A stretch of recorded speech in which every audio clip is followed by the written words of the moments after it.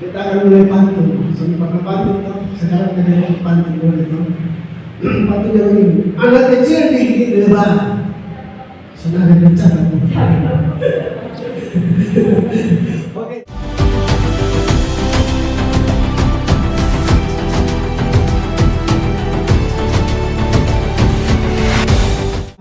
Pernah pantun toh? Sekarang kita mulai pantun boleh toh? Pantunnya begini. Anak kecil digigit lebah. Saudara dicatat. Oke, anak kecil digigit lebah.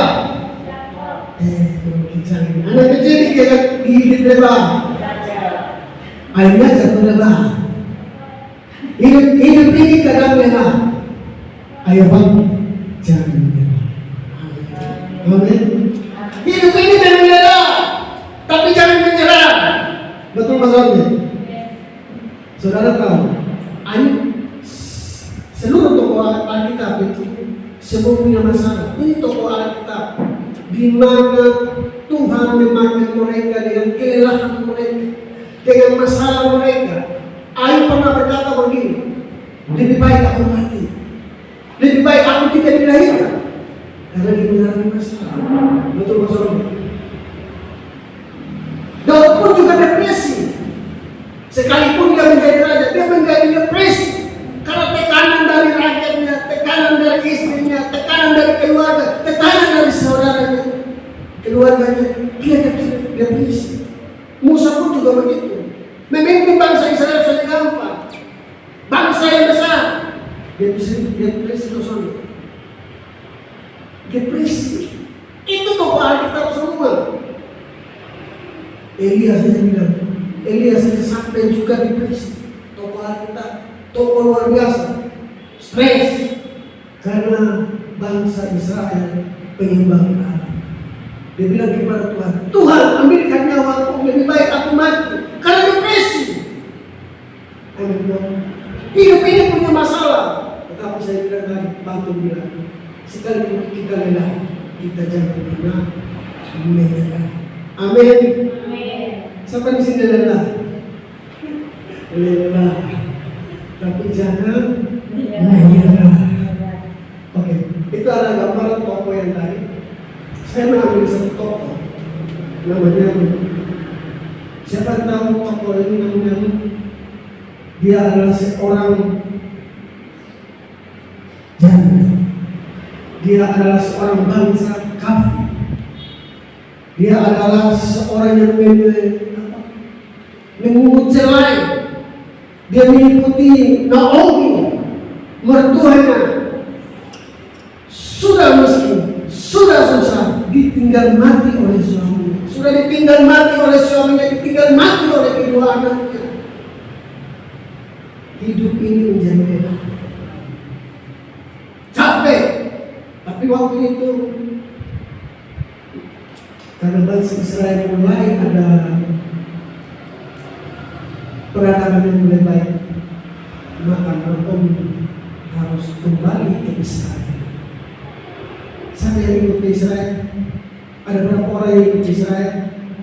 Saudara, anak mantunya Naomi yang siapa? Sudah baca kita. Anak nama siapa? Menantunya Naomi? Ruth dan Orpa. Boas nanti. Waktu itu hanya mengikuti Naomi adalah siapa? Ruth. Kenapa dia mengikuti Naomi?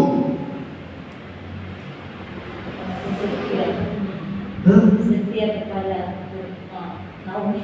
Setia pada Naomi. Memang setia pada Naomi. Sudah janda, sudah tidak punya apa-apa. Makanya kita bukan kita belajar dari tokoh yang satu ini. Rut 1 ayat 16. Rut 1 ayatnya ke-16. Tetapi kata Rut, janganlah desak aku meninggalkan engkau dan pulang dengan tidak mengikuti engkau. Sebab kemana engkau pergi, ke situ jugalah aku pergi, dan di mana engkau bermalam, di situ jugalah aku bermalam. Bangsamu lah bangsaku, dan Allahmu lah Allahku. Amin. Ini yang luar biasanya Lot ini, dia adalah orang Moab, bangsa kafir. Orang yang suka berperang dengan bangsa Israel adalah bangsa Moab, penyembah berhala. Dia orang kafir. Kenapa dia mau bisa mengikuti Naomi pulang ke Israel? Satu yang dia berkata, kuncinya Lot berkata kenapa? Bangsamu adalah bangsaku. Padahal Lot bukan bangsa Israel. Lot adalah bangsa Moab. Tetapi Rut berkata, bangsamu adalah bangsaku, Allahmu adalah Allahku. Ini luar biasa. Mengikuti janda yang tidak punya apa-apa, semua sudah habis, suaminya mati, kedua anaknya meninggal. Tetapi apa? Dia melihat visi ke depan. Rut melihat visi ke depan. Dia rela, tapi dia tidak pernah menyerah. Kenapa dia bisa mengikuti Naomi pulangnya Israel? Yang paling pertama, satu adalah Rut itu setia. Katakan bersama saya, setia. Mengapa Rut mau mengikuti Naomi? Karena apa? Kesetiaan. Kesetiaan itu diuji. Sekalipun kita misalnya dalam apa, semua selesai, tidak ada masalah. Ada masalah yang bertumpuk-tumpuk. Tapi orang itu, Rut itu bisa setia. Kenapa dia bisa setia? Karena dia melihat janji Tuhan atas kehidupan orang yang bergantung sepenuhnya kepada Tuhan. Amin. Mengapa Rut mengikuti Naomi? Pertama, karena setia. Yang kedua, nanti kita melihat makna lainnya. Rut 2 ayat 2 dan 3. Rut pasal 2 ayat 2 yang ketiga dengan berikut, Rut bertemu dengan Boas. Ayat kedua, maka Rut perempuan Moab itu berkata kepada Naomi, biarkanlah aku pergi ke ladang memungut bulir-bulir jelai di belakang orang-orang yang murah hati kepadaku. Dan saud Naomi kepadanya, pergilah anakku. Pergilah ia lalu sampai di ladang dan memungut jelai di belakang penyakit. Kebetulan ia berada di tanah milik Boas yang berasal dari kaum Elimelek. Amin. Yang kedua, dia pertama setia. Yang kedua, Rut tidak menyerah. Sekalipun menjadi hamba, dia tidak menyerah. Dia di bangsa Israel bersama Naomi, menantunya, pergi bekerja sebagai apa? Pemungut jelai. Jadi hamba, jadi jongok, saudara masalah. Makanya jangan lelah. Makanya Allah jangan lelah. Bekerja di ladangnya Tuhan. Roh Kudus yang dikuatkan dan menopang tiada lelah. bekerja bersamamu Tuhan yang selalu Cukupkan atas segala. Jangan pernah menyerah. Hidup memang susah, hidup penuh tekanan, lelah, capek. Kita terus berkumpul bersama Tuhan. Makanya tadi paginya kesaksian. Setiap hari Rabu kita persekutuan doa. Hidup ini pas-pasan, tapi hidup kehidupan kita pas-pasan. Lelah. Jangan pernah menyerah. Apa yang kita tabur, apa yang kita cucurkan dengan air mata akan pulang bersorak-sorai. Akhirnya apa yang terjadi dalam pergumulan, kita minta apa? Supaya Handri itu bisa bekerja. Setiap kali kita doa, Handri supaya bekerja. Tapi perjalanannya satu tahun ini apakah jadi bekerja dalam 1 tahun? Belum. Tapi tiba waktunya Tuhan akan angkat anak-anaknya yang dikasihi oleh Tuhan. Jangan pada lelah, jangan pada menyerah, tetap bangkit, jangan menyerah untuk kebaikan dan kebesaran menurut Tuhan. Ada 3 orang kontak untuk ikut tes.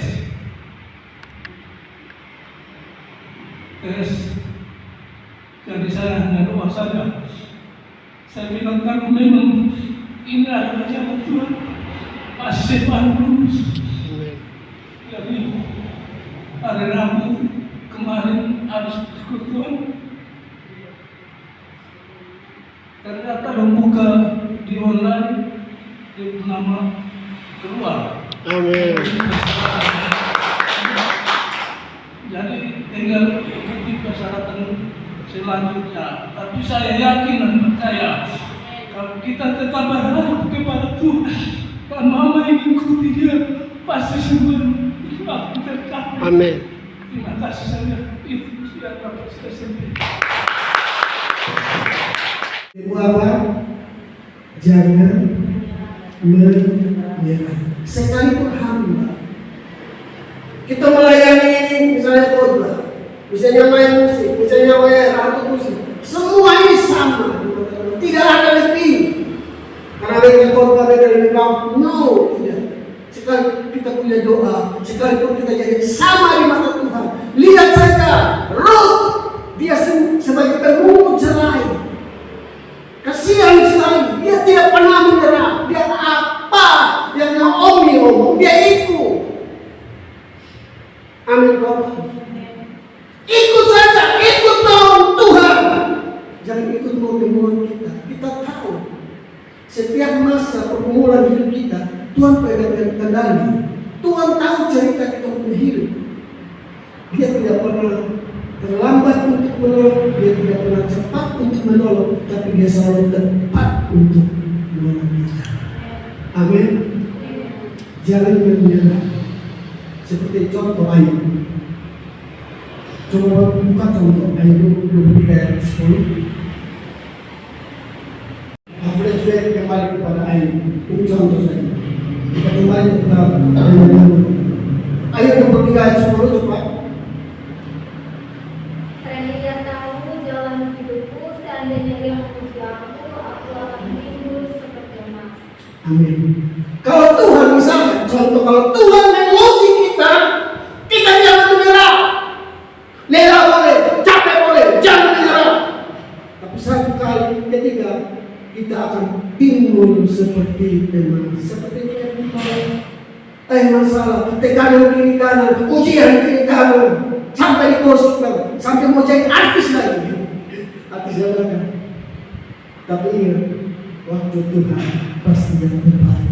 Dan everyday akan lulus terbaik. Dan saya percaya nilainya sangat amat memuaskan. Percaya katakan amin.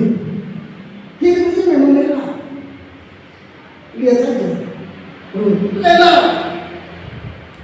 Siapa mesti mau ke orang bilang kalau sekarang ini pemungut sampah. Orang sering anggap, betul. Karena kita manusia sering anggap siapa kita, hidup sudah susah, soalnya anggap. Saya mau kasih tahu, ketika hidup kita benar-benar tergantung sepenuhnya kepada Tuhan, Tuhan bisa membalik telapak kanan.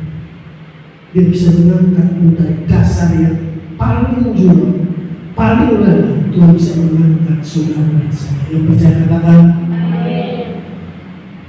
Yang penting jangan lelah, jangan menyerah. Yang kedua itu coba contoh lagi. Makanya Yakobus ulang lagi kepada Ayub. Coba di Yakobus 5 ayat 11. Sesungguhnya kami menyebut mereka berbahagia, yaitu mereka yang telah berkebun. Kamu telah mendengar tentang ketekunan Ayub, dan kamu telah tahu apa yang pada akhirnya disediakan Tuhan baginya. Karena Tuhan Maha Penyayang dan penuh belas kasih. Yes. Sekalipun kita menderita tekanan, tapi ketika ada timbul dalam hati kita disebut orang yang berbahagia, itu keluar dari hati kita berbahagia, kita bersyukur sekalipun ada masalah. Maka Tuhan itu Maha Penyayang dan Maha Pengasih. Dia tahu pengorbananmu, Dia tahu jerih lelahmu, Dia tahu air matamu, Dia tahu segala pergumulan hidupmu. Dan pada saatnya, waktunya Tuhan akan mengangkat kita sesuai dengan janjinya Tuhan. Asal tetaplah bertekun. Katakan bersama saya, bertekun. Ya, harus bertekun lah. Beliau ini nanti juga masalah banyak. Senyum. Di luar memang enak Pak, di dalam angin so. Betul Pak Saul? Tapi yakin dan percaya pada waktunya Tuhan pasti akan meluruskan, Tuhan pasti akan memberkati mengambil sebenarnya. Amin. Asal apa? Bertekun. Bertekun di dalam doa. Kami bertekun di dalam masalah. Amin. Yang ketiga ayat 5 dan 6. Ada 4 poin saja. Pasal 3 ayat 5 dan ayat yang ke-6 yang berikut dan Boas berkhidmat mereka. Ayat 5 dan ayat 6. Lalu kataku kepadanya, segala yang kau katakan itu akan kulakukan. Sesudah itu pergilah dia ke tempat pengirikan dan dilakukannya tepat seperti yang diperintahkan mertuanya kepadanya. Ya, ini berbicara tentang taat. Orang yang taat itu pasti berkata oleh Tuhan.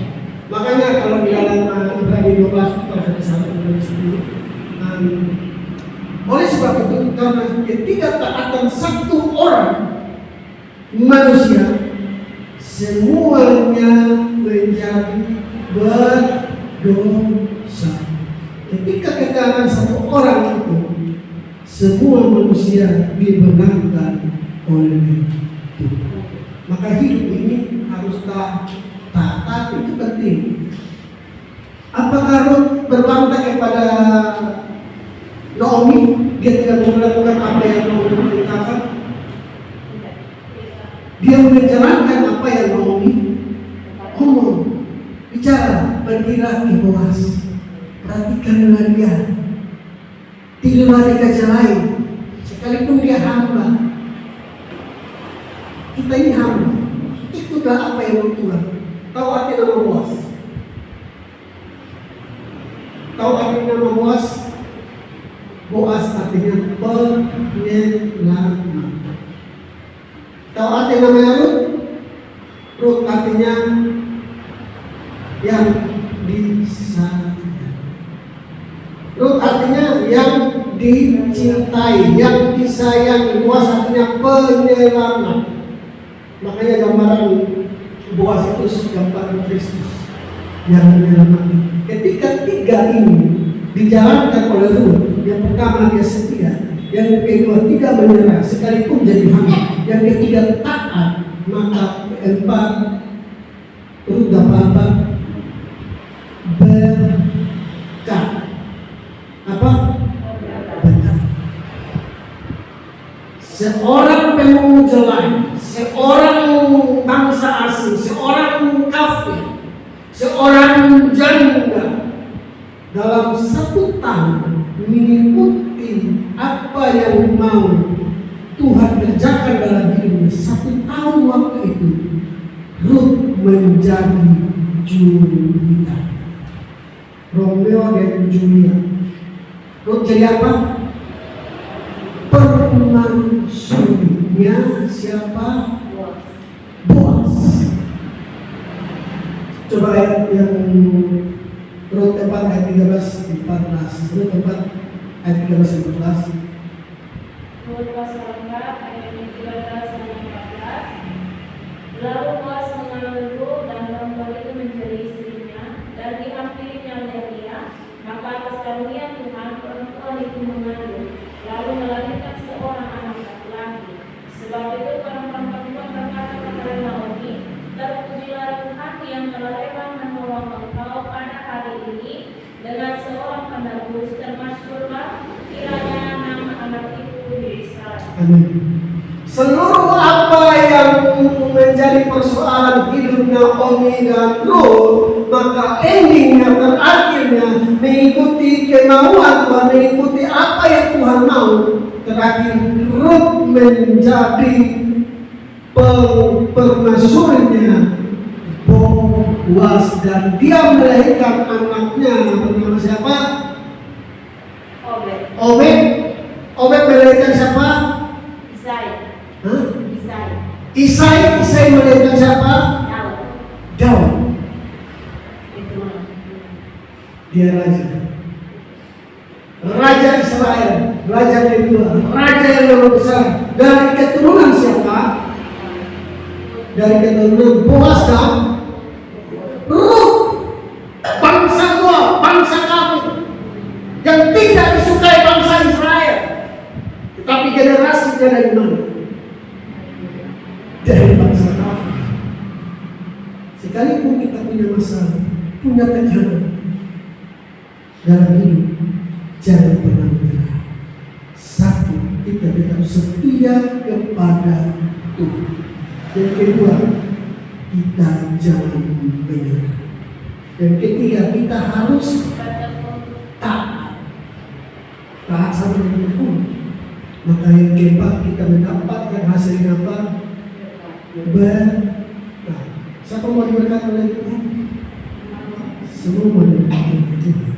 Dan saya percaya saudara dan pasti akan diberkati oleh Tuhan. Asal dia poin yang kita lakukan. Amin kok. Makanya Pak Jimmy itu berkebun saja. Hari Rabu ibadah, susah, senang ibadah. Maka saudara makan juga. Makan saudara, tapi makan. Kita ibadah itu makan. Padahal dulu selama 1 tahun sebelum ibadah kali ini makan terus. Dan saya percaya kita akan diberkati oleh Tuhan. Amin. Kalau Pak Jimmy susah. Kalau lihat secara ekonomi, bagaimana kita pada hidup sudah bisa. Saudara kita, itu karena apa? Kenapa? Ada Tuhan. Kalau saudara Tuhan sudah mungkin, Pak. Betul Pak saudara? Tapi perlahan-lahan anaknya pasti akan diangkat oleh Tuhan. Amin. Itu penting sekali. Kita mau kasih pertanyaan begini. Apa perbedaan antara laut mati dan danau Galilea? Apa perbedaan laut mati dan danau Galilea? Sama-sama ada air, tapi perbedaannya apa? Ada yang bisa tahu? Depan Naum pada bicara juga. Apa perbedaan laut mati dan danau Galilea? Sama-sama memang ada air, tetapi danau Galilea air yang selalu dialiri ke sungai-sungai yang kecil, ke sungai-sungai yang lain, maka ada kehidupan. Flora dan fauna itu banyak di tempat itu. Ikan sangat banyak, ada tumbuh-tumbuhan di sekitar situ. Dia mengirim ke mana? Ke laut kecil. Danau Galilea itu dialiri dari mana? Sungai Yordan. Sungai Yordan mengalir ke danau Galilea, danau Galilea atau danau menjauh ke mana? Ke laut mati. Tapi laut mati itu hanya apa? Tampung besar. Sudah ada air di lain lagi, makanya sudah ada tumbuh namanya pohon-pohon gersang. Tidak ada kehidupan. Kalau kita tampung bagi sudah ada kehidupan. Makanya berkat Tuhan itu air itu mengalir dari sungai itu turun ke sungai mengalir ke Galilea, mengalir ke air ke kali-kali yang kecil. Maka di situ ada kehidupan. Kita kalau sudah diberkati oleh Tuhan, maka kita harus menjadi saluran berkat bagi banyak orang. Pasti kita akan diberkati Tuhan, kita harus sampai sana. Jangan kita terima dari Tuhan sama seperti laut mati. Sangat tinggi. Luar biasa sudah bisa kita apung. Di sekelilingnya tidak ada namanya kehidupan. Gersang, panas, karena menampung. Kalau hidup mau diberkati oleh Tuhan, kita pun harus memberkati di sekitar kita. Amin. Maka kita pasti akan diberkati oleh Tuhan. Makanya kami berkata dengan sebab Dia hidup ada. Sebab Dia ku tak gentar, karena ku tahu Dia pegang hari esok. Hidup jadi berarti sebab Dia hidup. Ada apa? Yesus namanya. Terus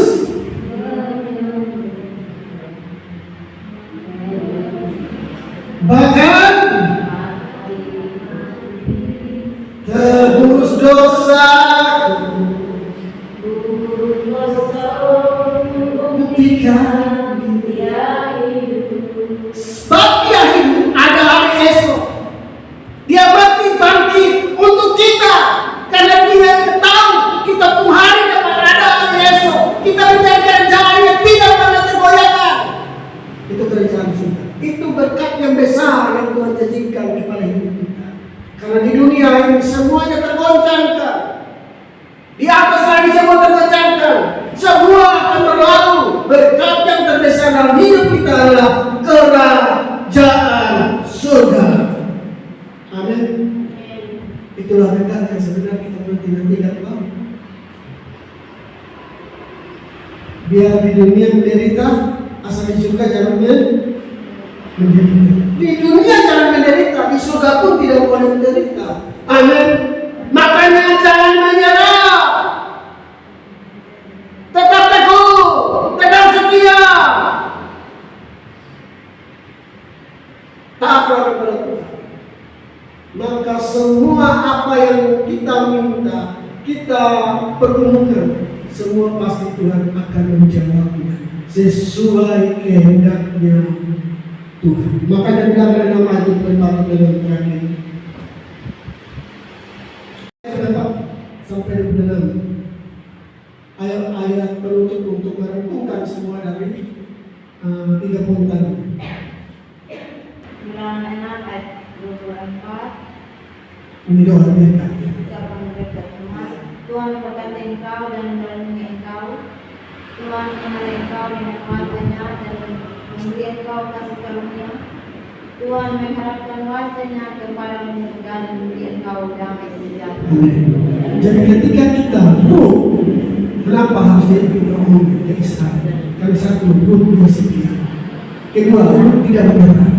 Ketiga, taat. Maka ketika poin ini, maka bilangan menjawab ayat beberapa Tuhan memberkati apa? Engkau dengan menyinari, engkau dengan wajahnya, semuanya dilimpahkan kepada saudara dan saya. Apabila kita tetap setia, tidak menyerah, taat, dia akan melindungi dengan kasih karunia. Maka akhir kata saya tutup berpantun. Tadi awal pantun, karena ini tutup berpantun. Boleh dong? Bunga tidak lekat tanpa harumnya, matahari tidak lekat tanpa sinarnya, hidup tidak lekat tanpa kasihnya. Biarlah harum sinar kasih Kristus menyertai kita semua. Tuhan Yesus memberkati kita semua. Berkembang dengan